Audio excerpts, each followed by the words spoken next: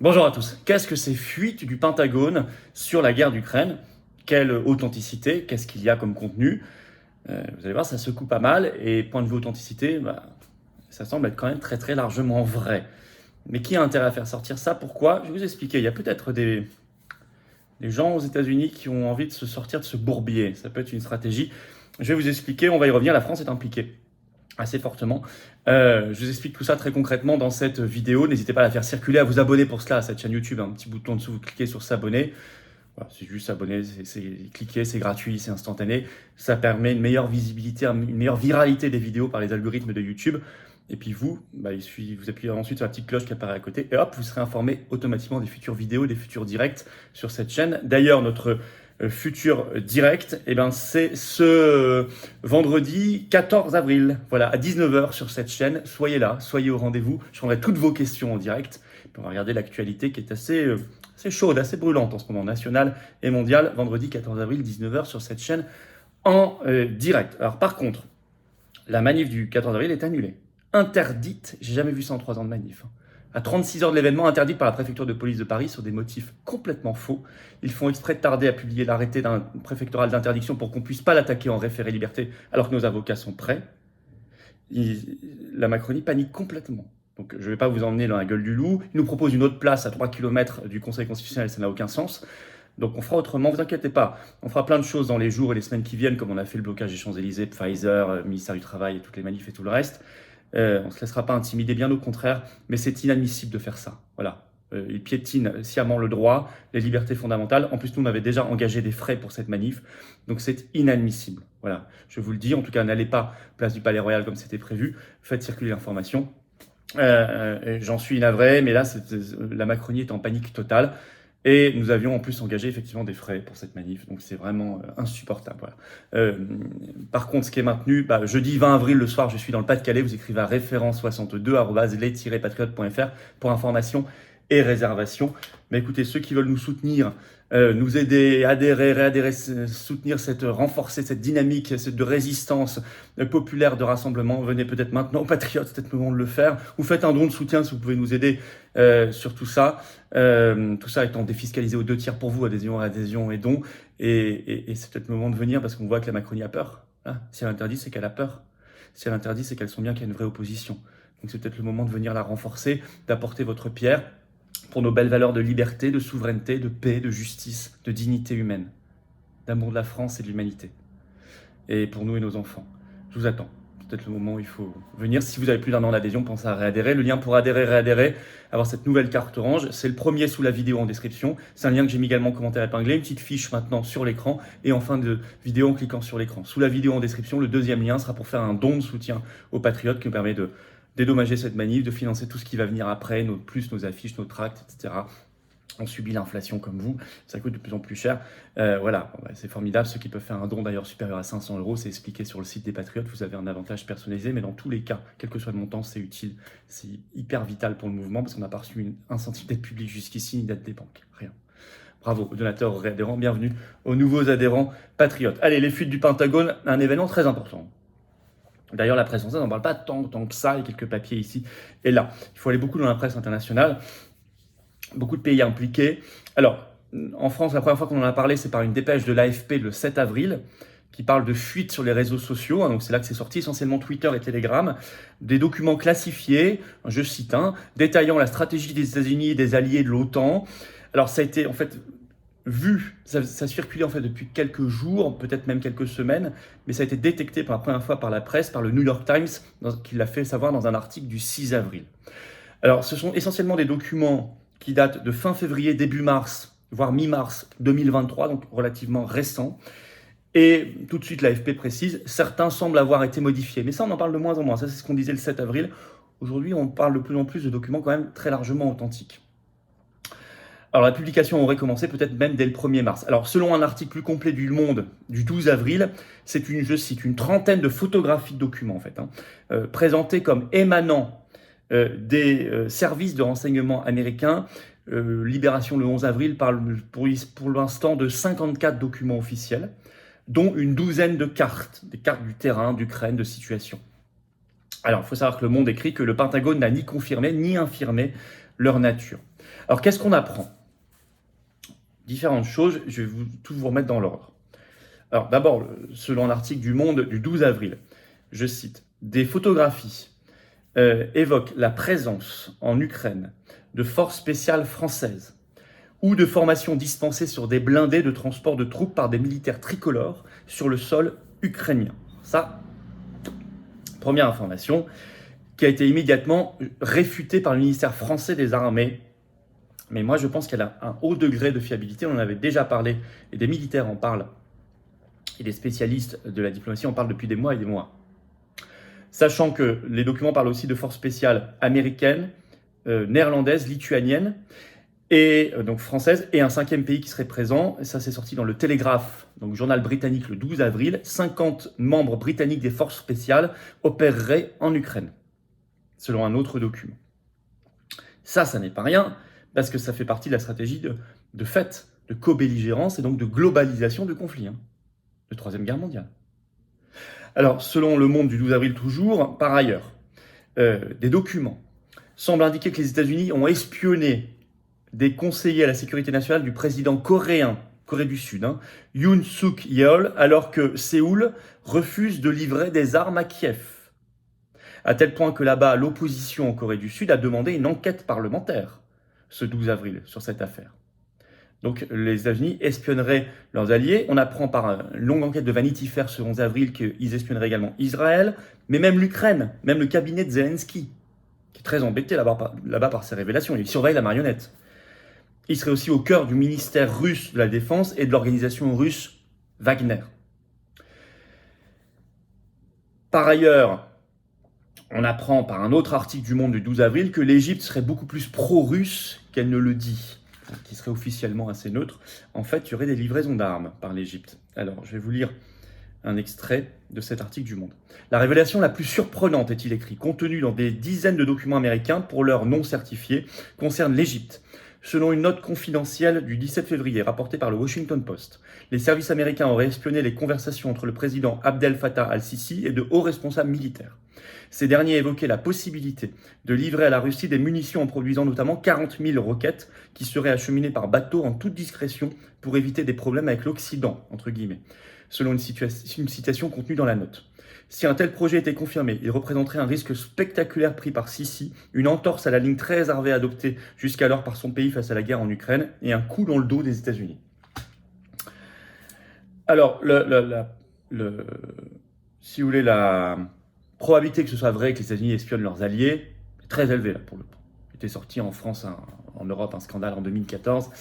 On avait appris que les Américains espionnaient notamment la présidence française via le Danemark et puis d'autres pays, mais également la chancellerie allemande, etc. Donc tout ça est classique aux États-Unis. Donc on ne serait pas du tout surpris. Par ailleurs, autre information contenue dans ces documents du Pentagone, article de Libération du 11 avril, ces documents donnent, je cite, le calendrier de livraison d'armes ou de formation occidentale de soldats à Kiev. Par ailleurs, autre gros volet d'informations, c'est que la situation est bien pire que prévu pour l'Ukraine. Et c'est pour ça qu'une fois qu'on sait ça, on se dit peut-être que ce sont des voix aux États-Unis qui ont intérêt à faire sortir ça pour se dégager du bourbier. Mais je vais vous expliquer.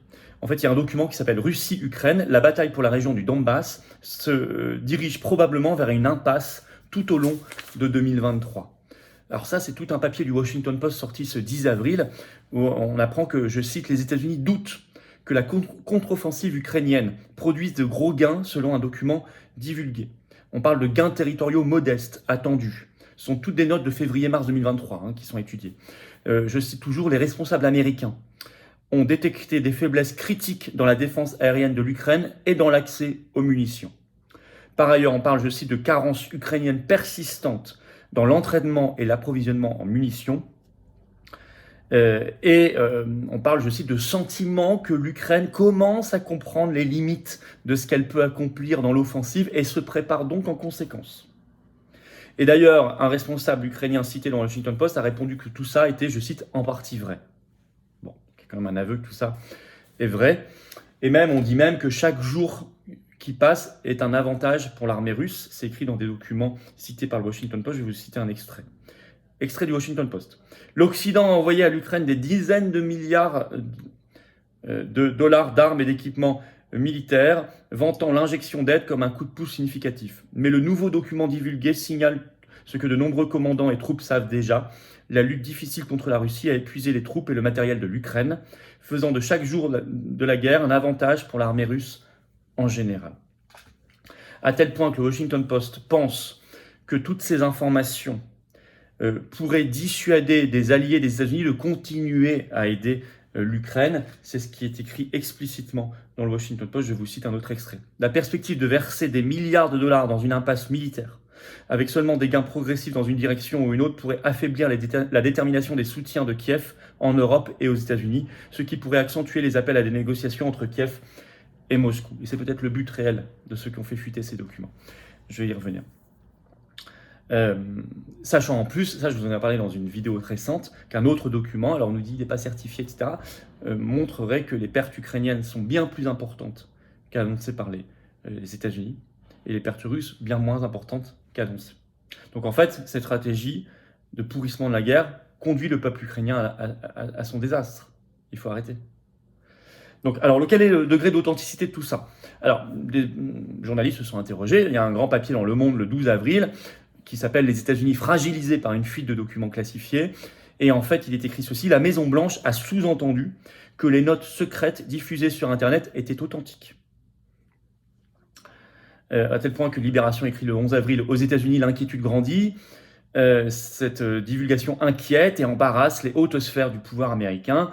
Mais alors la Russie a réagi, c'est repris par l'AFP ce 12 avril, je cite: « La Russie évoque une campagne de désinformation américaine, une ruse des États-Unis, mais parle de ça au conditionnel. » Alors, c'est en fait le vice-ministre des Affaires étrangères Sergueï Ryabkov le 12 avril qui a exprimé tout ça.